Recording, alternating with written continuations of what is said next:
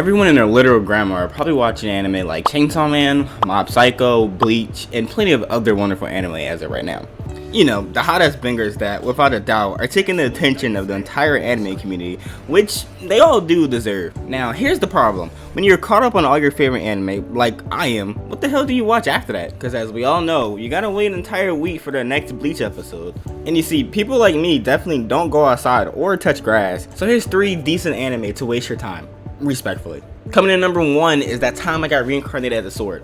Now, this anime is the exact same thing as any other isekai, you know, the whole hit by a truck coon, reincarnated, powerful, overpowered, whatever. Now, the only thing that was actually, like, interesting to me, to be honest, was the fact that the main character was born as a literal sword, which at first did pique my interest for about 15 seconds. Until you realize the whole thing about being a sword is just cosmetics, seeing that the MC quite literally does everything that any other godly overpowered main character can do in any other anime. At least this time around, they made sure not to even give us a story or anything like that behind the MC, as even the writers themselves didn't even care that much. Now, if I had to give you a little rundown about what exactly would happen, it's quite literally, dude dies, becomes swords, eats a bunch of random ass monsters, get all their powers, get every single skill you can think of, literally can fly and kill anything that he wants, even though he is a sword. Now, here's where the story gets a little bit, at least somewhat different, or interesting. See, the main character isn't really this dude as a sword, it's actually the slave that they introduced. I forgot her name, but basically Raphtalia 2.0, who was actually the main character, and we are literally just seeing her using the power of the main character and not becoming a slave anymore, and that's quite literally the little premise, I guess you can say. Off to the next anime. But before we get there, I'm Najee and I make plenty of anime content just like this. If you do enjoy, make sure you drop a like and subscribe. I need more friends. Alright, before getting into this next anime, I'll be honest with you, I wasn't even able to make it to the second episode of this. I got completely bored and basically predicted the entire season.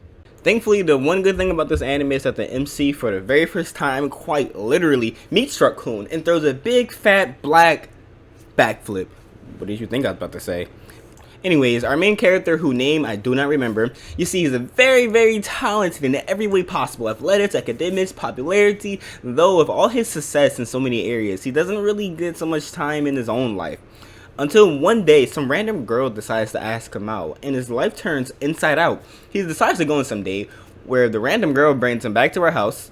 Yes, this is still the very first episode. Now, 5 minutes within actually going into her house, and then into her room, a random girl tries to clap cheeks instantly, and we didn't learn our MC is no simp. Or we can at least declare that he gets no bitches. Weirdly enough, the MC is like, what the fuck is going on? So he goes to check around and be like, oh, it gotta be a prank, just to come to find out that the girl doesn't love him at all, and actually is a hidden ninja that technically wants to kill him. Yeah, if you think I'm missing stuff, I'm not. That's the gist of it, basically. And we come to find out that the whole family behind the main character is some secret ninjas and kept him behind the scenes and didn't want him to know and blah blah blah. Now for number 3. Now, if I'm being honest with you, the only reason why this next anime was even on my list to be good enough for this video was for the fact that it's a romance anime, and I am a sucker for romance anime. Now, this one is a harem. It starts out with a guy getting 5 girls, you know, the little magical stuff that happened. Girl falls, boom, I like you, or I hate you, or whatever the case may be. Usually hating and then becoming, you know, lovers at the end. So this anime, main character, once again, who cares?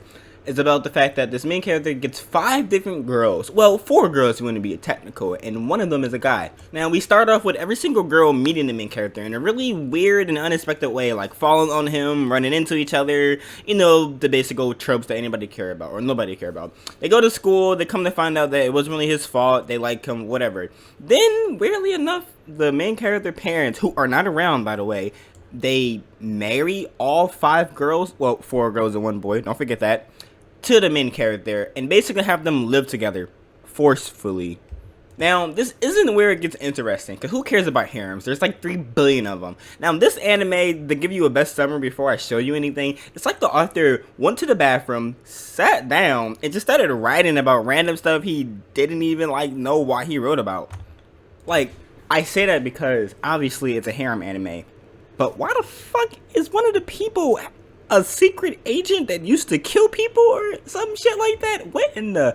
I'm confused. Like, the anime is so bad that I actually was like, oh my god, I'm kind of curious to see how or where it goes. I'm confused, but bad enough for me to actually watch the next episode. I'm on episode 5 out of 6 now, it seems. Just watch the anime. And if you like this list, watch one of them or don't. Comment down below any other anime you want me to do.